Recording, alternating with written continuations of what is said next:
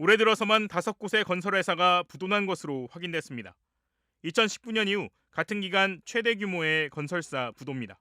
건설산업지식정보시스템에 따르면 올해 들어 지난 14일까지 부도난 건설업체는 총 5곳, 작년 같은 기간에는 2곳이었습니다. 올해 부도가 난 곳은 모두 전문 건설사로 광주와 울산, 경북과 경남, 제주에 각각 한 곳이었습니다.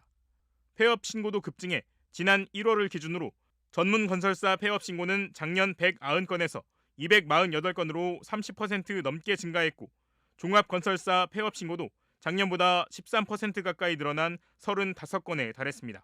부동산 시장은 가라앉고 있어 부도기업은 더 늘어날 것으로 보입니다. 한국부동산원에 따르면 이번 주 아파트값은 전국적으로 0.04% 떨어졌습니다. 지난주에 비해 하락폭은 조금 줄었지만 12주 연속 하락세입니다. 작년 말부터 태형건설 등을 비롯한 부동산 PF 문제가 본격적으로 불거지자 부동산 시장 참여자들의 심리는 차갑게 얼어붙고 있습니다. 그럼에도 훈풍을 기대했던 건 올해 초부터 미국이 금리 인하에 들어갈 수 있다는 희망 때문이었습니다.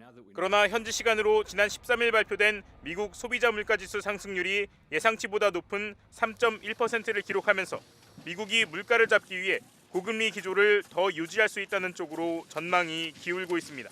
당분간 금리 인하는 물 건너갔다는 전망과 함께 실제 시장 금리도 급등하고 있어 큰 빚을 내고 집을 샀던 사람들과 자금 사정이 어려운 중소건설사들의 고통이 이어질 것으로 보입니다. 경기도 파주시의 한 주상복합 아파트 공사 현장입니다. 오는 3월 300세대가 입주할 예정이었지만 26층 건물의 공사는 17층에서 멈췄습니다. 지난해 5월 말 시공사의 부도로 법정 관리가 시작되면서 공사가 중단된 겁니다. 입주 예정자들은 세대당 3천만 원가량의 계약금에 중도금까지 대출받은 상태입니다. 입주를 포기하고 계약 원금이라도 돌려받고 싶지만 이마저도 쉽지 않습니다. 입주 예정자 3분의 2가 동의해야 하기 때문에 개별 세대는 원하지 않아도 전체 결정을 따라야 합니다. 결국 공사를 계속하기로 했는데 보증을 맡은 주택도시 보증공사가 재무 상황과 공사 진척 상태 등을 실사하고 있습니다. 불안한 분양계약자분들이 안심하실 수 있도록 피해를 최소화하고 분양계약자분들을 보호하기 위해 최선의 노력을 다하고 있습니다. 공사를 맡아줄 새 건설사를 구하고 있지만 입주 예정자들은 불안합니다. 최근 공사 원가가 치솟은 터라 기존 공사를 떠안을 새 건설사를 찾기가 쉽지 않습니다. 뭐 10년이 되면은 어떡할 거냐 그랬더니 허구에 이걸 물어봤더니 그거는 뭐 어쩔 수 없다 이런 식으로 얘기를.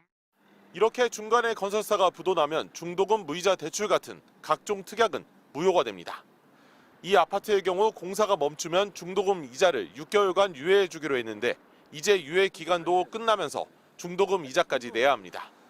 시간이 지날수록 입주 예정자들의 부담은 점점 커지는 겁니다. 생각하지 않았던 이자가 이제 한 달에 40만 원씩 나가는 거잖아요. 지난해 이런 식으로 분양 사고를 만난 사업장은 전국에서 12곳으로 2012년 이후 11년 만에 가장 많습니다. MBC 뉴스 정동욱입니다. 분양이 잘 됐을 경우 PF는 문제될 게 없습니다. 하지만 분양이 안 될 때 문제가 생깁니다. 지식산업센터나 아파트 같은 것들은 분양해서 들어오는 계약금 그 후에 들어오는 중도금으로 이제 공사비를 충당을 해야 되는데 분양이 안 돼 버리면 어느 시점부터 자금 흐름이 막혀버리는 거죠. 분양이 안 되면 본 PF가 막히고 브릿지론을 갚을 수 없게 됩니다. 이 빚은 보증을 선 시공사가 떠안을 확률이 높습니다. 기거주 부동산 PF도 현재 굉장한 위기 상황입니다. 초기 단계인 브릿지에 굉장히 많은 자금이 몰려 있다는 겁니다. 브릿지 단계에 있는 자금들이 이율이 높습니다. 그리고 리스크가 가장 큽니다. 수많은 고금리 이율로 쌓아왔던 PF 자금이 상환받을 길이 없다는 거거든요.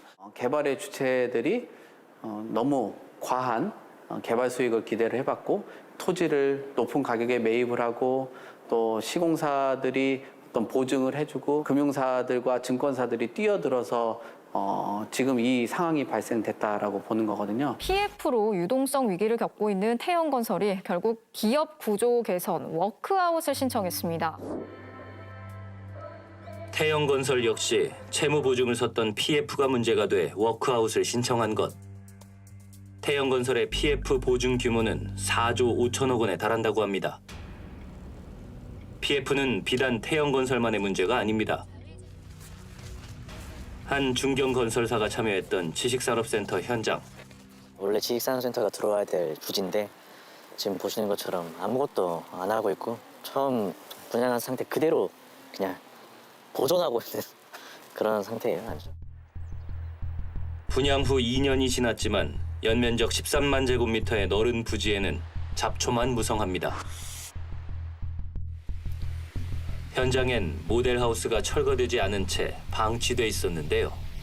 이 그 아파트 브랜드잖아요. 그 아파트 뭐 그래서 건설사 뭐 튼튼하다, 유명하다 뭐 이러면서 홍보했었죠 그때.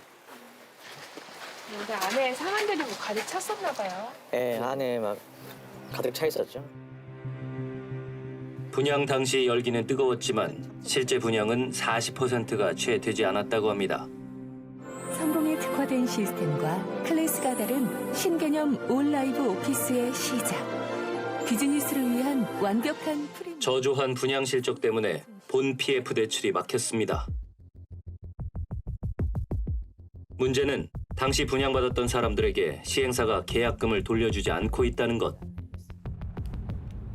분양가는 한 5억, 그다음에 평수로 치면은 한 40평짜리를 2개 계약을 했죠. 계약금은 한 10%니까 한 1억 조금 넘게, 한 1억 2천 정도 들어간 것 같아요. 공사가 진행이 안 되자 시행사에 수차례 문의를 했다는 권영재 씨. 공사하고 계신 거 맞나요? 그러니까 요즘 뭐 대출 분양이 좀 저조해서 뭐 PF 승인이 뭐 안 나서 지금은 시작을 못하고 뭐 내년쯤에 할 거예요 다시 뭐 이렇게. 그 다음 해가 됐는데도 공사를 안 하니까 시행사에 문의를 했는데 담당자들이 없다. 권 씨는 시행과 시공을 맡았던 건설사를 상대로 소송을 제기해 이겼습니다. 그런데 계약금을 돌려받지 못했습니다. 어떻게 된 일일까? 해당 건설사를 직접 찾아가 봤습니다. 사람이 없어요. 지금 중지된 게 아니고 연기가 된 거니까 어떻게 보면은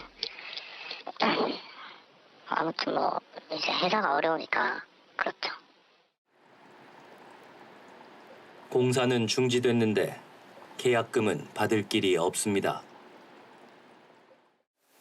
본인이 없는 건 맞는 것 같아요. 저도 소송하면서 좀 알게 됐는데 자기 자본이 없는 것 같아요. 진짜 그냥 대출 받아서 해야 되는데 대출 안 되니까 공사가 중지.